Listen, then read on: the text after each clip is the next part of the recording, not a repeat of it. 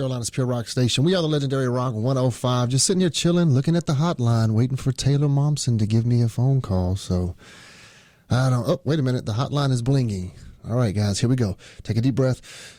Here we go. It's Rock 105. Hey, this is Taylor from the Recless calling for Ryan. Hey, Taylor, this is Ryan. How are you? Hey, I'm doing all right. How are you, man? I'm doing pretty good. What's going on? You are you in New York right now? I am. Okay, well, how's the weather out there today? It's all right. I haven't honestly been outside yet, so I'm not sure. Okay. Yeah, I was wondering if you guys were... I know you guys just came back not too long ago from South America, and I didn't know... Feels like yesterday. I'm not sure what's going on much. You guys getting some downtime in between now and next month before your shows come up next month? Not exactly downtime, but no touring. So, rehearsals, and we're working on some video content. Okay. Things like that. Well, that's cool. I know me and my wife were talking a few weeks ago. She's been to New York like a dozen times, and I've never been. I'm from the South. I'm from, between North and South Carolina, and she wants to take a train ride, which I've never been on a train either. Trains are great. Yeah, they're the best way to travel. Well, that's what she says. It's very, it's just a different experience, and you get to see the countryside. So she wanted to take a train from North Carolina all the way to New York. And I was thinking, since I've never been to New York, and you're from there, could you give me just quickly, I know this is kind of off topic, I'm just wondering, what can I do when I go to New York to be cool? I don't want to look out of place, because I know New Yorkers have this sixth sense of people from the South, and they're just like, oh, that guy's not from here.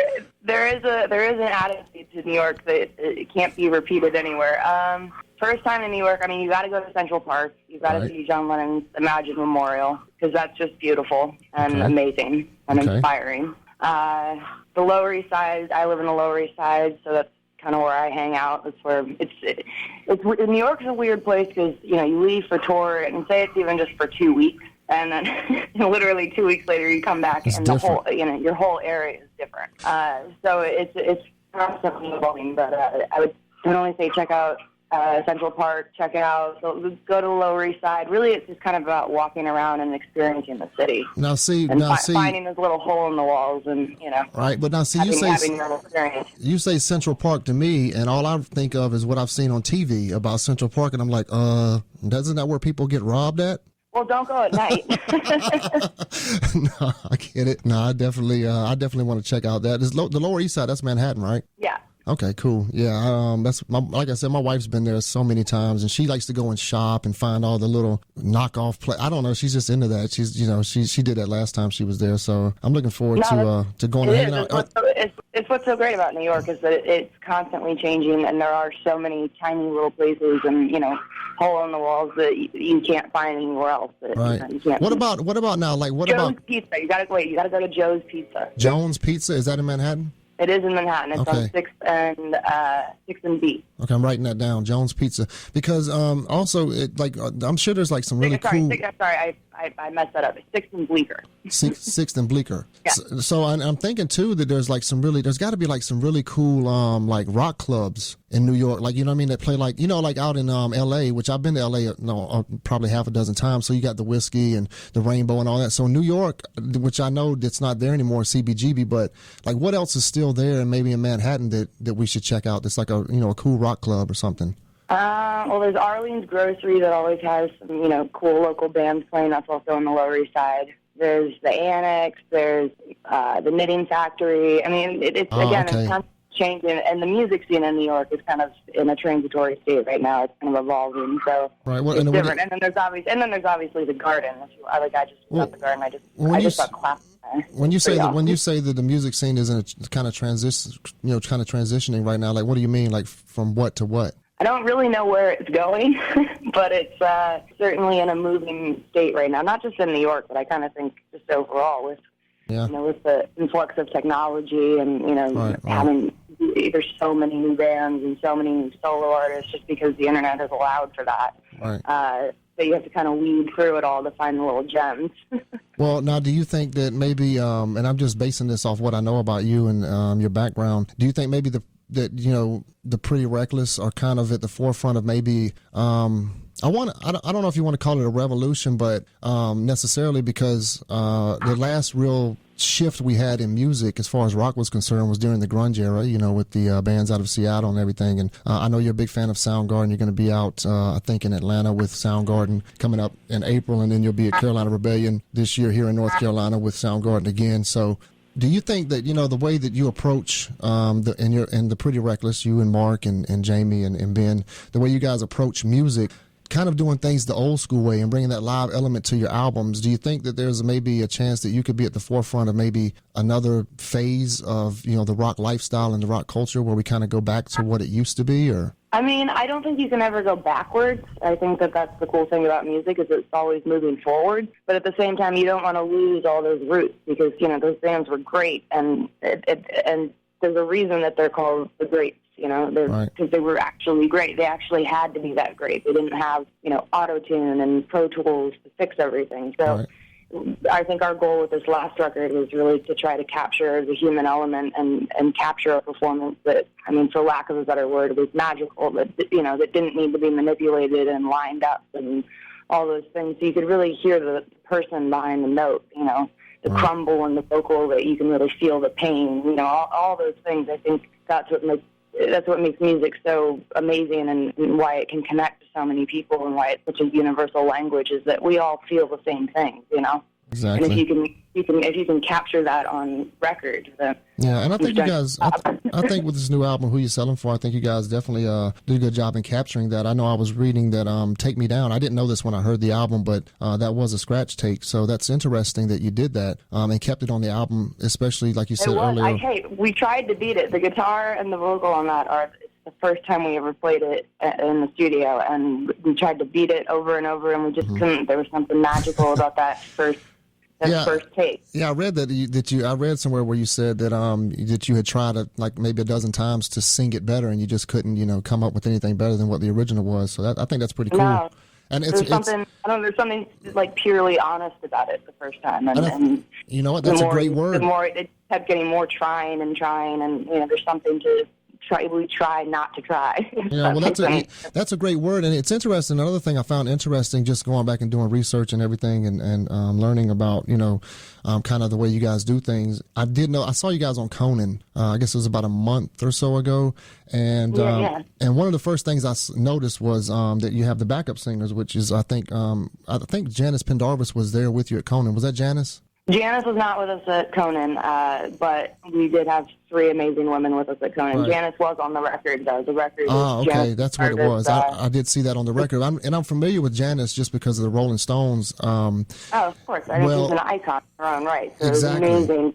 It was honestly, it was such an amazing experience to get to sing with those women, and it was so pleasurable for me to not be the only voice in the band for a second. Well, that's so what and that's again what you're bringing to the album is so different, because I think a lot of times with a lot of bands now, they do what they do. It's no knock on them, but you have a vocalist who lays down 4 or 5 tracks for a harmony, and it's his voice the whole time or her voice the whole time. Whereas back in the 60s and 70s, like with the Stones and the Beatles, they would bring in different individuals to give all these parts character. And give it color. That's my opinion of it. So it lends more thickness and more just more roundness, it seems like, to the songs and to the music itself whenever you do that. So I applaud you guys on doing it. I think it's awesome. Oh, thank you. I look at it like each song is its own person. So each song has to have its own character, and whatever that character requires, you go for it. You go for the gold. You go for as authentic as you can possibly get. Absolutely.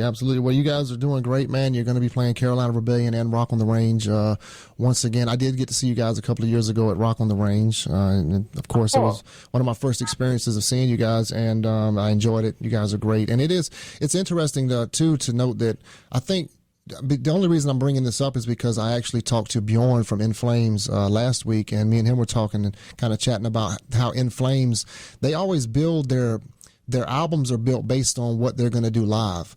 So they're always trying to put on the album what they are able to do live. In other words, he said there's no point in us bringing in 16 guitars for a track on the album. We can't play 16 guitars in a live show. So we want to be very honest with our fans, and when they come to see us and they get, what they get at the live show is what they hear on the album. Whereas I think more music now, people are, putting the album together and then trying to do that live. And so they have to bring in all this other stuff that's not really there to make it sound the same. Yeah, no, we don't really do that, but we also, we don't want to put limitations on our music in the studio, because in the studio you have the ability to bring in, a keyboard player and Janice and Darvis and, Right. all these, outside elements that, you might not be able to take on the road. But so it does make it kind of an interesting experience to see us live, because we don't have that on the road, and we don't play with backing tracks or anything. Right. No, so just because you brought that up, so because you brought that up, like for example, I know you guys brought in Andy Burton. I'm familiar with him from John Mayer's band, but he played the keyboards. Yeah, he's a good friend of ours.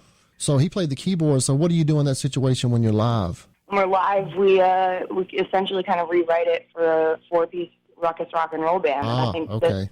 And honestly, I think that kind of makes for the show to be something that is almost in one way more entertaining, because you hear another version of this, developed song that you've heard on record, and when you strip it down to its most honest, bare core, then you have this immense energy that kind of just pours out, because I don't want to say the word commentating, but you're throwing all your energy at it to fulfill the song's need.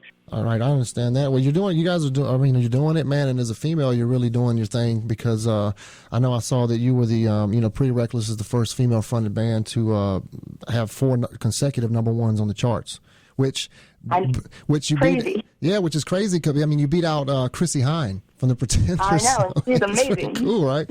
Yeah, so you're doing your thing, man, and it's awesome to see it, man. I'm behind you guys 100%. Of course, our radio station, we definitely are. Our listeners love you guys, so we're all looking forward to seeing you at Carolina Rebellion this year, because you're going to be right here in our neck of the woods. So we're all excited about that, and I was gonna try to get into an argument with you, because I know you say the Beatles are the greatest of all time. I'm a Rolling Stone guy, so I'm part. We're the. Okay, well, I'm a Stones guy as well, but I go Beatles over Stones just because they were the first band I ever heard, and in my opinion, you can't beat them.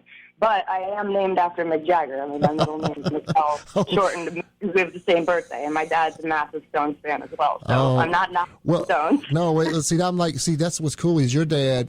Brought he had all that available for you, all that vinyl and all those rock bands, and he brought you into that world. And same thing with my dad. He did the exact same thing. So the Stones were beaten into my head when I was young about how great they were. And over the years, I've come to learn, as I've learned music and everything, and I've gotten my own perspective and my own opinions about things, that they are my favorites, obviously. But I thought it was cool. I don't know if you probably know this, but I'm just out of curiosity, have you heard Godsmack's cover of Come Together?